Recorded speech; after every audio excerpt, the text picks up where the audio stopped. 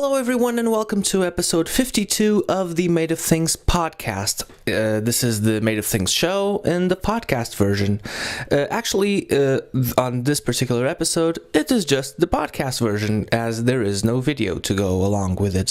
So, as per unusual, I would, or as opposed to the usual, speaking better English now, with proper words. I'm not referring to I'm not going to refer you to something that's already posted. Instead, I'm going to post original content. So because usually what happens is Made of Things is mainly a YouTube show, is mainly a video show, and what we do is that we give the priority to that. So we edit the video, and then for comfort, or for people who just like to hear things, or like to just listen to the show on the go instead of spending mobile data on their phones or iPads, on their mobile devices, then just I'm steering off into technicalities. This was a huge detour. Anyway, because this was recorded at Primavera Sound in Barcelona, and not the Lisbon, the Portugal edition. So the one in Porto up north. We are originally from Lisbon and are in Lisbon right now. As I've mentioned plenty of times before, I've been to Primavera Sound in Barcelona plenty of times, and done a handful of stuff of episodes of Made of Things over there in the past couple of years, and I personally went to Primavera Sound since 2009, I think. So it was like 7 years in a row. This one was the first year that I didn't go, ever since going for the first time. So because it was the card was basically, the Porto one is in Portugal, is way cheaper, and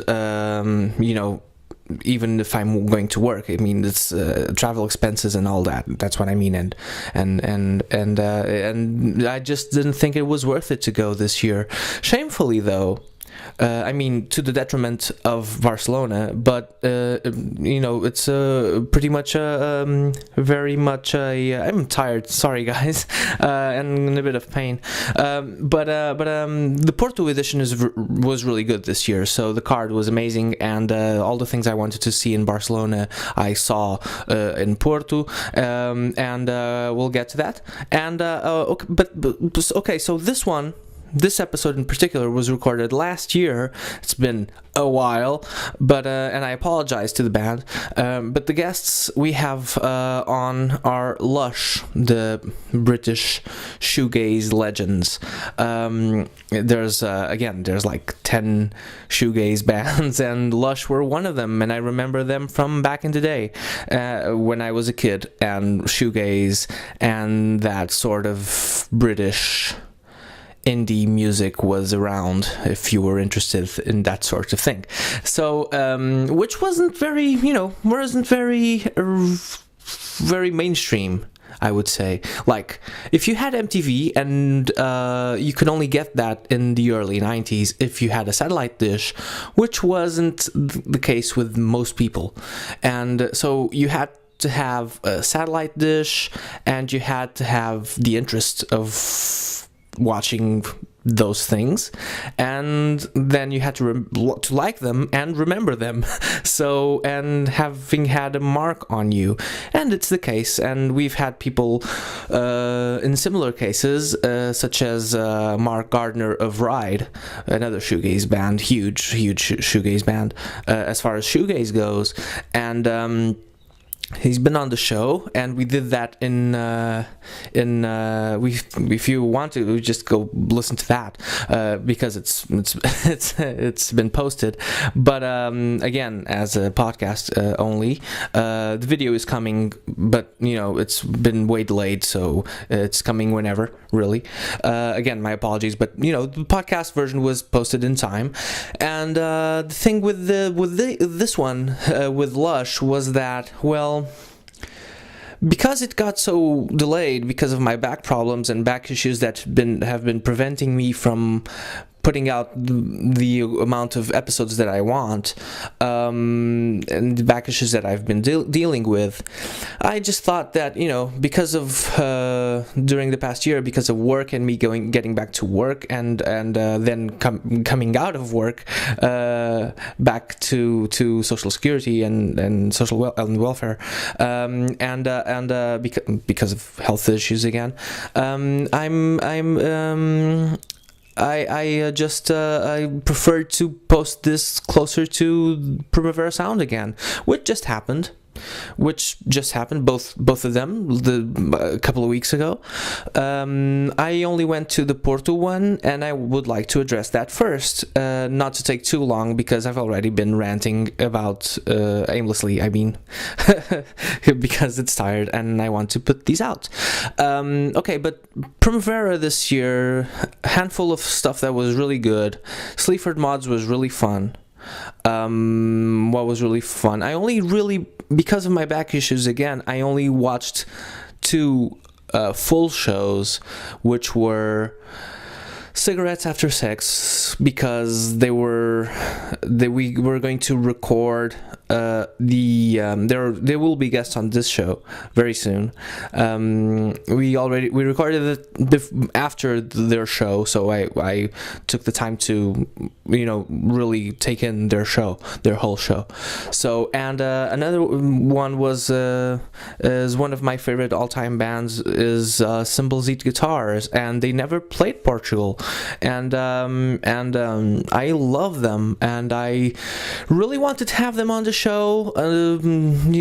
For some reason they had a hard time getting to their replies and stuff like that. They're really nice, the management and stuff like that, or whatever, the band reps, but they were really nice, but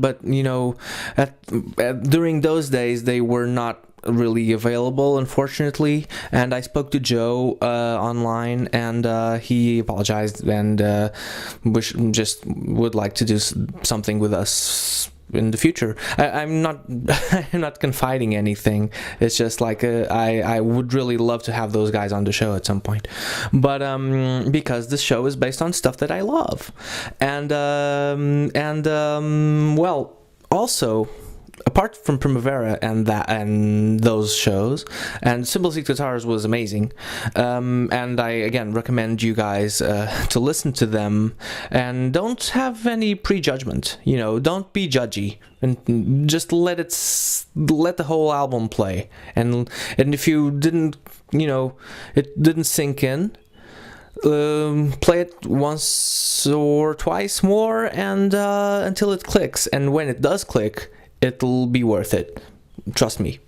And yeah, so enough about that. This was Primavera this year, and I just got back from from Aerosmith tonight. Obviously, they're I would love to have, not obviously, but I would have loved them to. I would have loved to have them on the show, but obviously they're so huge that they can't be on my small tiny show. And they did no press at all whatsoever, because they're huge. And when you're that gargantuan size, you fly people over to speak to you instead of taking the time to speak to them, to the press or wherever where I am on tour. So yeah, I spent I spent these days just, working on new stuff and editing these shows, and going to the Aerosmith show, which was great. But I'll get to that on a future episode, because I don't want to rant and rave forever, because I'm posting two episodes, of the Primavera Sound in Barcelona that I haven't posted yet last year. And the next one is going to be White Reaper. It's going to be available right after this one. Okay, so and I went to Mastodon, which again I would have loved to have on the show. And by the way, Aerosmith, I grew up on hard rock and metal and stuff like that before turning to indie rock, or whatever you want to call it. But so Aerosmith, when I was like 12 and 13, were really important, and especially if you're if you're judgy and have an image at least of Aerosmith, go back and listen to their 70s albums, guys, because they're really good. And so, and with full of amazing songs, and really kind of darker than you would expect.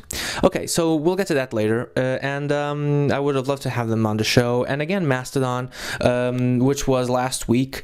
Mastodon couldn't make it this time. They had limited promo time and chose to only do television, and I don't know how that is possible, because no one was filming. So maybe they're just doing interviews and not shooting anything in the live show. But the live show was really good, and I'll get to that on another episode as well. So this is only just basically teasing, I would say, for my reviews of said things. Luckily, I got to go to both shows, both the Mastodon and the Aerosmith one. So I, thankfully, and I thank the organizations who let me in, so I could do reviews on the show. So that's pretty cool. So, and very cool. And the Aerosmith are going away. So and Mastodon, there's not a single time that it's too much. If you can understand what I'm saying, like there's no not any on any single. My English is really terrible tonight. I'm sorry. I apologize. But there's not a single instance in which it is too much. Like I would the idea is that I would watch Mastodon show like every day if I could. so yeah, but we'll get to that later. Okay, on another episode. Okay, so basically this happened at Primavera, the interview with Lush. I have as per usual on the Barcelona episodes, Vera, my friend, Vera Rodrigues, she's co-hosting, and we met Mickey and Emma and Phil backstage at the hidden stage in Barcelona, as far as I remember, because this was a year ago. And I would like to apologize first and foremost to the band, but they're, I would, but they broke up like ages ago. So again, so yeah, this kind of makes no sense, and this I really consider this. First off, it was really fun talking to them. Really fun talking to them at the time, because Emma had just quit her job and was really focusing on the band.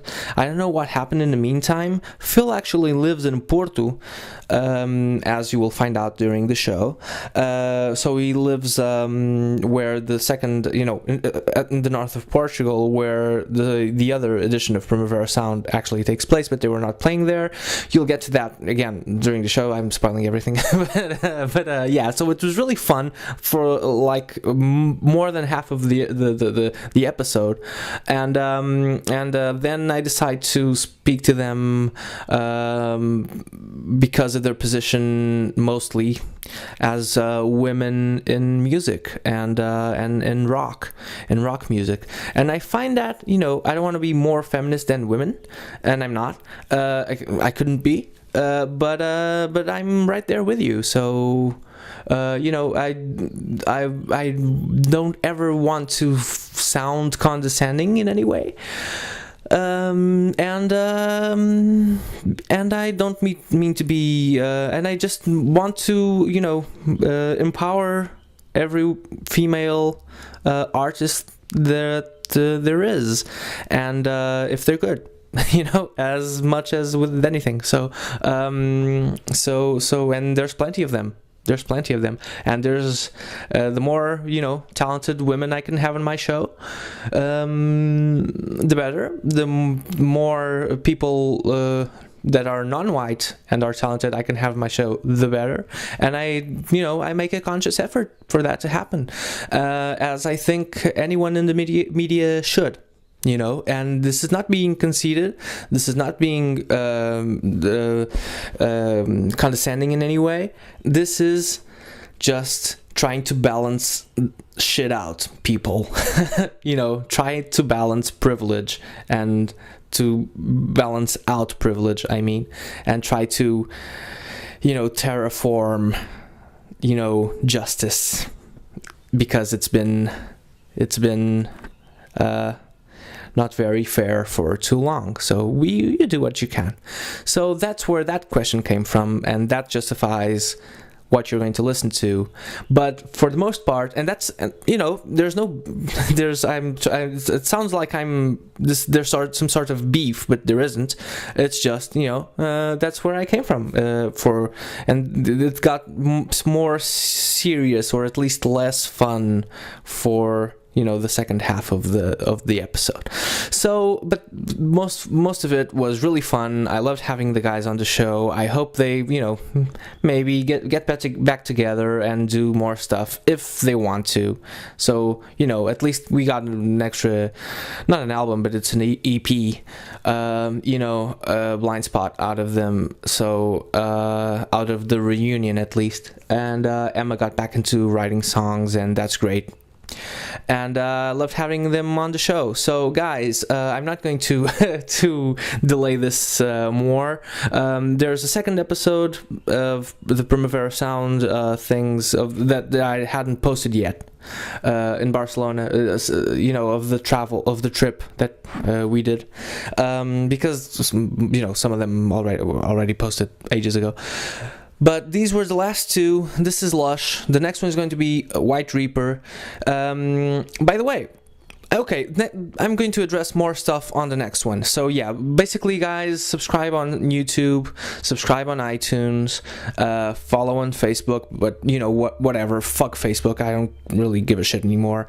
Twitter, Made of Things, and Instagram, Made of Things. I snapshot videos of the concerts that we're at, and snapshot a video. Snapshots, I guess, but basically follow us on there. It's lovely having you, and hope you enjoy this chat that we had with Mickey, Emma, and Phil of the formerly known as Lush band. Kisses.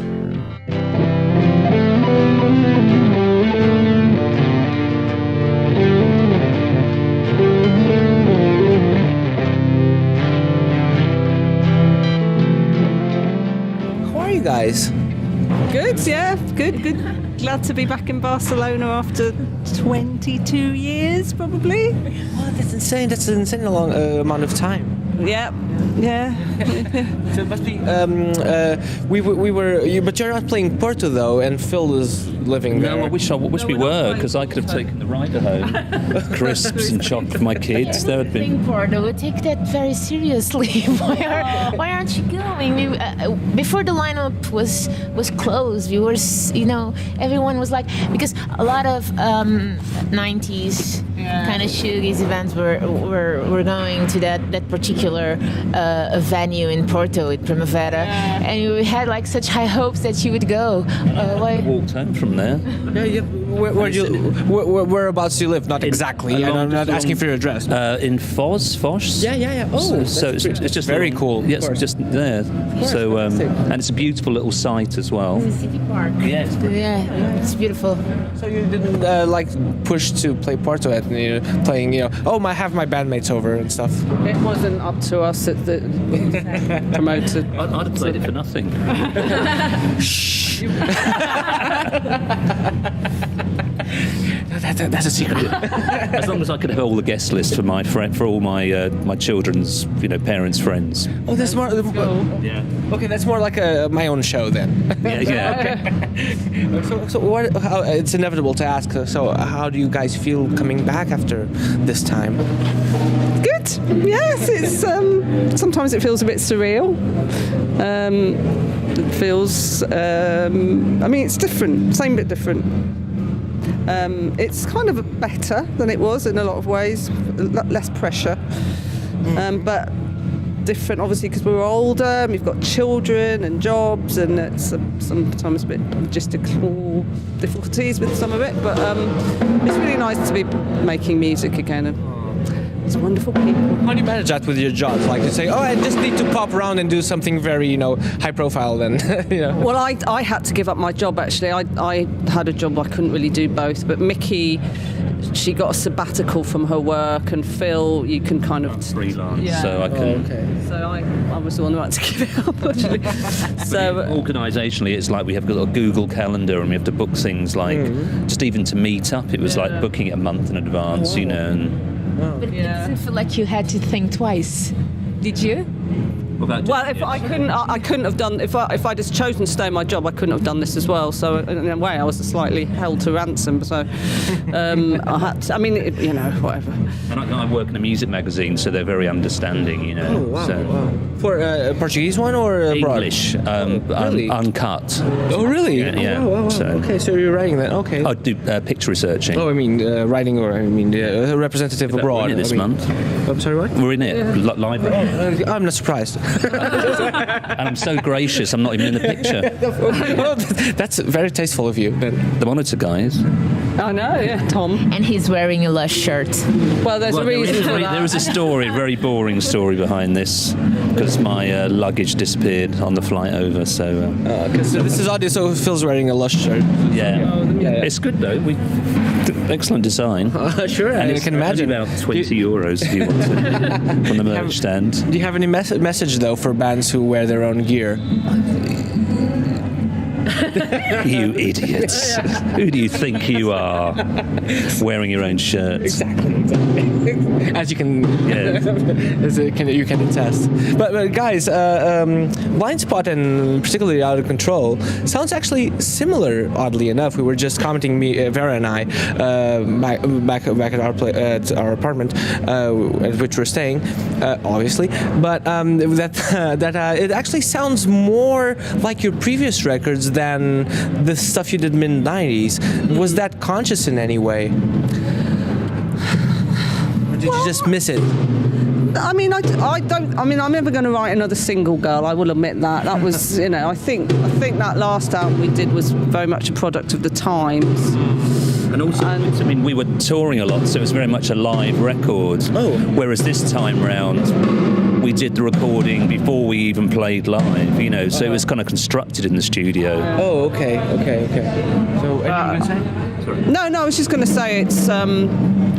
I think most people, including the band, probably, have a fondness more for the earlier stuff, and it's just kind of what naturally came out. Actually, it wasn't a sort of very pre-planned exercise in songwriting. It was just what came out and what I wanted to write. So. The shoegaze scene in the 90s was pretty much like a counterculture thing, and with specific groups. And actually, I was telling Charlie that I've interviewed for the last 3 years. I interviewed like 2 or 3 times Rachel Goswell, and she can keep her mouth shut. She was like I love her to death. This is relevant, guys. Here. I love her to death. And like 2 years ago, she told me, Ride, their rehearsal again. I really she told. Oh. Yeah, she told me. Yeah. So they and last year Ride went to Porto, went to Primavera, and last year at Primavera, she told me, you know what, Lush are rehearsing again. How sad. But that kind of brings back that feeling of those shoegaze bands in the 90s. They were like pretty close. And do you know what? We weren't that close. We didn't even know. mean, we sort of, if we bumped into each other, I didn't have their phone numbers or any, I was going to say email addresses, we have email. But I think there was an idea that we were all hanging out together in the Thames Valley or something, and we didn't know. I mean, I knew Stephen from Chapter House a little bit, and knew, if you were out, you might have a drink with someone, but we weren't hanging out around each other's houses every night. So discussing pedals or anything. No. Okay. It was friendly. We weren't. It wasn't like competitive. No. You guys were like physically in the same place, but not necessarily aware of each other. Was it kind of like that? We weren't really in. That's not literally shoegazing. Yeah, it's literally. I mean, it's not that far. we lived in London, and they, were in Reading, were they? Yeah. Oxford, Bride were in Oxford. I mean, we probably hung out more with. We didn't hang out with bands all the time. That was very much a press construct. That all these, gossip column, and I hung out with my mates who were not even in bands more than anyone in bands. So. Were you ever a victim, like a big gossip thing? Do you remember any of that? Oh, well, that gossip column thing, at Lush, if one of us went to a gig, it was like, Lush, we're at the after Travis or some, and it's like, maybe I was there on my own, but there was this kind of image portrayed that we were out propping up the bar at every party, and it was not. It was obviously overblown, but whatever. They've all gone now. There's no more. Okay. But as that ties in, as I meant to ask you something, because of the gossip thing, you and the British media and stuff like that, the way that they usually it behaves itself. But as you and Mickey, if you can answer for Mickey as well, but both of you as women in rock and roll, do you get a lot of shit from being in the medium, for being, very possibly can tell can be more active about this than I, but like being in the media, like for being women, being treated in certain ways, is it special or different that you feel? Do you have that you occupy a certain position? I think when you're a woman in a band, you do get treated slightly differently. Just by default, and it's really. Here she is. Actually, she'd probably be better to answer this question. Actually, hello. Hi, Antonio. Nice meeting you. Hello. Oh God! Just came in at the right place. Isn't this Phil's question? It's a question about women, so Phil is definitely the one to answer. Oh, what are you saying? He likes. No, don't leave. He likes having women in rock. I'll hover around. Hover around. See what you're saying. No, it's actually a bit of a serious question. We've been having fun until now, but it's a bit of a serious question in terms of how does it from being rock and roll women in the 90s and until now. If you feel like you have if you take up a particular place in terms of how you're treated, is anything different from any other person that if people relate to you in different ways in terms of the whole industry and the media and at clubs and at shows and if you have some sort of attention that's different, I don't know. I mean, I can sort of pick out specific incidents of things. Like I remember when we mastered Scar, this mastering studio, and this guy, and this is obviously 1989, and this guy, oh God, women with guitars or something, and I'm sitting there kind of, did I actually really hear that? Do you know what I mean? And I don't know if it's changed that. I mean, it's different because we're older, as a middle-aged woman, you get treated differently than you would if you were 23 years old, I imagine, even doing this. So. I do think... Playing guitars. I mean, I know that you've got Savages, say, but it's more women tend to be the singers now, rather than you don't see so many women just playing a guitar in a band, do you really? Actually, what you're saying. Actually, Kim Gordon has like this book that came out last year called "Girl in a Band." And kind of she has the same take on women playing in bands and with guitars and that case the bass. But But do you feel like sometimes people tend to do have this kind of question, but at the same time being kind of like condescendent? Because it's. I'm not being condescending. No. We're not saying you. No, we're not saying you. We're not saying you. But like in Portuguese, we can say de lush, but meaning the women lush. you know. But there are guys in the band, you know. Oh, we say feminine. Feminine. You know, like French. I was arguing with him that it's not. It shouldn't be. You know, it's just lush. Yeah. That's you know? our argument, though. That's but my still, argument. I was arguing with him because I think, you know, that it's not. Sometimes it's like you like have a feminine point of view that it's like positive to prove that point. You know, just being positive on feminism. But I think it can go the other way too. Sure. If you're trying to be positive about feminism, but you kind of being condescending because just for being women there, you don't have to be a different band. You know what I mean? I don't know if I'm making a point here, but that's because in English if you say the lush, you know, lush. Neutral. Yeah. It's neutral. Yeah. But in Portuguese or in Spanish or in Latin, it's not to be neutral. it's there's not no neutral. You know, it's the women lush. We were classed as a female band, you know, but then it's tricky because we wrote the songs and it would be, you know, the songs were actually written by women. So Exactly, that's my point. It's actually empowering because I remember you guys from 20 years ago. So when there wasn't, there was a group of people, women in rock and roll, and especially doing good alternative music, and that was relevant that they were doing it then. So it was great that you guys were doing it. So it's actually positive. It's not. I think the difficulty is that sometimes you get judged as, you know, it's fine to consider a load of bands with women in them, and they might have a different way of writing or a different way of playing, which is going to be an interesting thing to write about. But I think you get to the point where you just put those people in that zone and then don't consider them on the greater landscape of things, and that becomes difficult because you're always a niche band when you're not necessarily writing niche songs. Of course, exactly. Necessarily. But my question actually was not as directed towards that as much as it was, do you guys feel like that you deal with more assholes than any other people? Yes. The band for that to happen. I think men deal with a lot of arseholes as well. I don't know. I think there's a bit. I mean, I think, you know, like back in the day, we had quite a lot of road crew who were a bit kind of old school and sort of quite sexist, and as I said, there were sort of specific incidents of people that we're with, and it does seem to be a bit better now, I think, some of the general people that are around.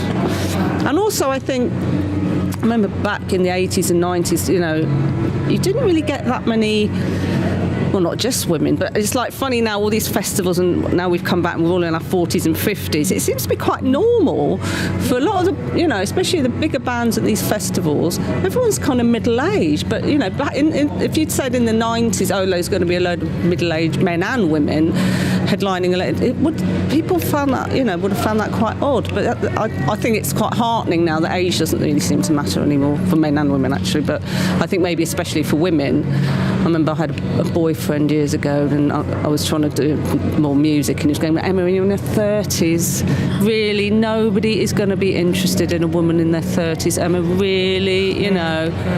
But that's just now. Did you ditch him? Well, he bought inevitable, right? I went mental, and then he bought me some flowers to say sorry. And on the flowers, he wrote this list: Kim Gordon, Kim Deal, PJ Harvey, all these women who at the time were in their 30s, and he said sorry. And then about 3 weeks later, he said it again. And I thought, oh, can't be bothered. Anyway, not to be too serious, but it's a big deal, that underlining prejudice, isn't it? It's always there, even for cool people. Sometimes it's there, isn't it? I can tell. Not from my personal experience. Obviously, I'm not a woman, but I have my sister who's active in the music business, and it's, you know, it's just tiresome because it means that you have to sort of, you know, prove yourself. Not that I can be bothered to prove myself to anyone, but, you know, when someone comes in with that attitude of like, oh, right, okay, I've got the measure of you. You're a woman in a band, so therefore you are probably not, you know, this, that, and the other. And then it's just irritating to be judged on that preconception, you know, and written off quite often, you know. But it is a minority of people, you know. Most people don't do that. But then some people are incredibly aggressive about it. There were an awful lot of people I just think didn't like having women in bands because it actually threatens them, just as they didn't want black people in bands or gay people in bands or whatever. You know, it's their club. This is what white male boys do, and this is our club and fuck off, and you're not allowed in it, you know. Or mode. Maybe it could be a mode band. They're very particular. Yeah, it's shady territory. Yeah. But, you guys, do you feel like that while you were gone or inactive, that there was any band that you guys felt, oh, we could be, if Lush was happening now, it would be similar to this? Do you guys feel? This is a open question for everyone. You know. You feel like, oh, if we were existing, we would be doing this now, you know, or something similar. Do you believe? Do you think that is that ever something that comes across? I'm not sure I quite understand the question, actually. I mean, like for instance, you were just living your life, and in 2010, let's say, and you were listening to something. Oh, this is something that I could see us doing if we were active now. Oh, right.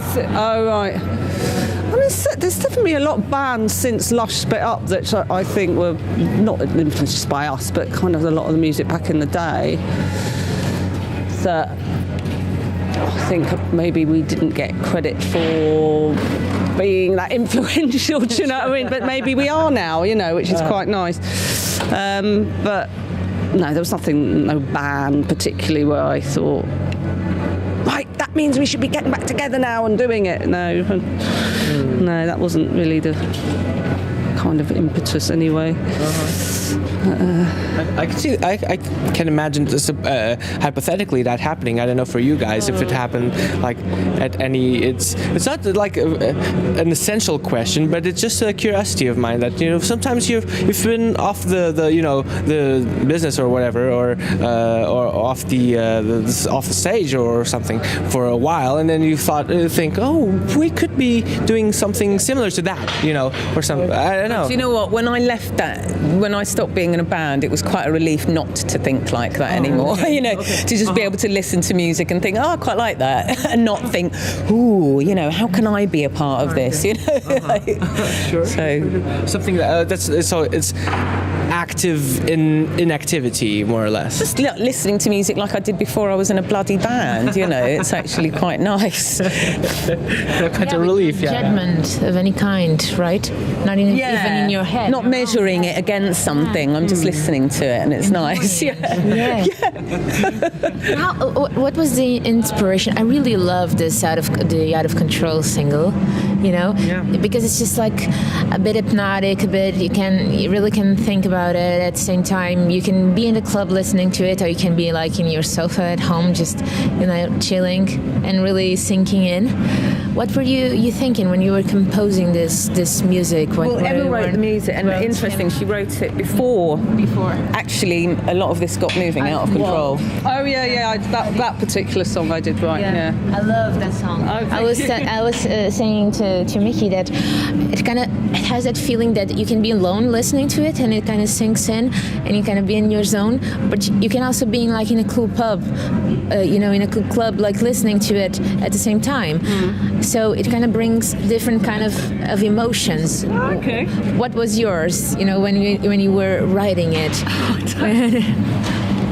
I can't really answer questions like that. I don't really. When I write music, it just comes out. I don't. When you showed the guys the Out of Control. Yeah. What was the reaction? What was the immediately? Yeah, I think they like it. We don't really operate like that. Do you know what I mean? It's not like. Do you jam together? No, Do you? No, that's absolutely what we don't. We do not jam. We're quite understated in our. I think also because it doesn't seem that genuine. I mean, I don't know. I can even remember in the old days, like hearing certain demos, and it would, I remember When I Die, and I was actually had a bit of a cry when I first heard it, but I'd never come in rehearsal and go like, I was so moved. Oh my God, it was like, I really like it, and then you just get on with it. I like that one. Yeah. We're not supposed to be a bit. English. English is the best. We don't really like Just it. embarrassed by compliments. You don't know how to take it. Dogs and horses. What's the chords? You want me? I'll play it. But you are aware, like the impact you have on your fans listening to it.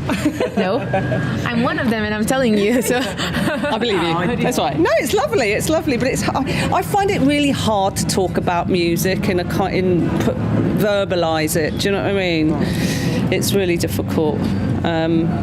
Is it more like this is what I'm doing? I'm not so sure about it, but here's a corgi that expresses my feelings. Pretty much. Well, you can write it for yourself. I know. You know, it's just a bit.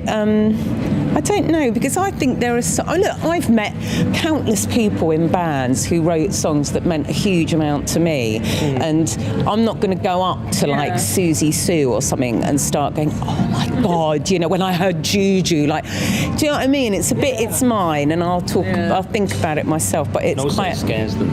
Yeah, and they're not going to They're know what uncomfortable. I felt. You know, they might, and even in fact, I think sometimes people are thinking about something completely different when they write a song. So by the time it means something to you, it probably means something that they didn't even mean to write. You know, it's out there. It's everyone, so it's kind of like you can't put a stamp on it, right? Plus you make it your own always, don't you? Yeah, but I think that's the important thing. There is a point at which, as a songwriter, you know, you let go of your song, and then it becomes something to other people. You know. Speaking of that, this goes on a show called Made of Things, and this ties in with it because Made of Things is based on the assumption that you dedicate yourselves to art and to your band and to music, because you might have had the moment in which you heard something or read something or saw something or watched something that made you go, oh, this is something I need to do. I want to be doing this. Did you guys have that moment, and what was that? Individually, I would imagine. Is it clear in your minds? I think for especially playing the bass, the first sort of song I ever heard where I thought, wow, where the bass was prominent was Walk on the Wild Side, Lou Reed, where the bass really stood out, and I thought, wow, you know. I really would like to do something like that, or something. I need to. You know. Yeah. Well, not quite. But. What was the question? No, I mean, kind of, it's like, what made you dedicate yourself to this? I mean, if there was a clear moment in which you were like, oh, right, I'm going to do that, then, you know. Oh God, this is a really difficult question. It might not always be clear, but sometimes it is, you know. Take your time. It's okay. No pressure. I can't think of anything that was just one like thing that made you know. It's just I just think It could be one or several, really. I mean, just conceptually, a very like obvious process that most kids probably go through. Where I think, you know, even just watching bands on the Top of the Pops or something when I was a teenager and thinking that looks like a really amazing thing to do, but I can never be that good. And then, you know, by the time you go and see bands, you actually start to see bands that are so rubbish, frankly, that you actually think, well, I probably could do that. But then it still seems fun. It still seems fun to be a part of that. And it's, you know, it takes away the kind of, I think it's actually slightly intimidating when you see someone amazing because you don't think you can achieve that. But I think just watching other people making music and enjoying themselves and actually making quite a good noise for like a night out, I think that's enough of an inspiration to get started. Obviously then you have greater ambitions, but that's probably as pedestrian as mine is, I'm afraid. no, it's perfectly fine. Nothing to be ashamed of. With this reunion, do you ever think what's next? Just taking it as it comes at the moment. Yeah, it's might as well. You quit your job then, because well, yeah, we'll have to see what happens. You know, I mean, back in the day we had a label. It was really structured, and it was like album, play live album. You know what I mean? And we don't have that now, which is great in some senses. But we're just sort of seeing what happens. And as you know, jobs, kids. No jobs even, but kids, you know, we all live in different places. That's another thing, actually. I live in Hastings. Even going to London is quite difficult. Well, not difficult, but it's very, you know, so there are quite a lot of logistical things that we have to navigate through to get this happening, you know, so... Yeah. We're basically off. You guys need to set off. So, Okay. guys, thanks for your time. Pleasure. It's been lovely.